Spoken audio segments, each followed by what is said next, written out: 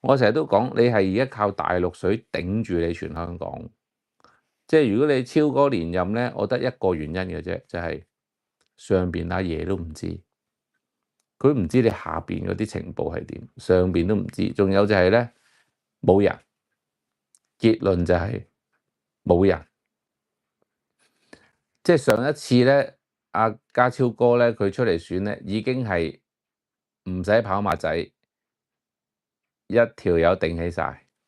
今日超哥如果話連任，又係冇人同佢爭，咁又係坐定得六。喂，大佬，其實你係打工嘅，或者你係做生意做老闆嘅，或者留學嘅，或者你而家個幸福感係有冇改良、改善、改進嘅？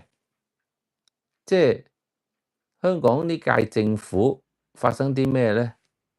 精神病母子居然就俾房屋署整兩封信，跟住精神病醫生就去信房屋署，喂，你唔好趕佢哋走啊！佢哋食公援冇經濟能力。點不知房屋署又唔聽，俾完一封又一封，兩個都跳樓瓜埋。跟住房屋署就引以為傲嘅就係3000蚊舉報鬥舉邊條友富戶啊，呢樣嗰樣，成個倫理關係鑊晒。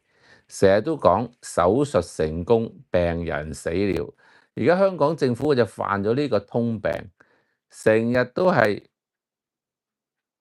手術成功，病人死了，但係就沾沾自喜喎，個嚇。即係你睇宏福苑呢間嘢咧，就已經係淋漓盡致，冇官員係完全係免責嘅喎，完全係冇事嘅喎。即係你喺香港揾食做生意嘅，做老細嘅，赤到爆啦，係嘛？你話你喺香港有啲咩好揾食㗎？嘛？地產啊，好彩升翻啲啊，咩唔係地產打埋柴嘅，定反就升翻2、3成啊，住宅市就升翻2、3成，即係過去一年都係靠大陸水頂住。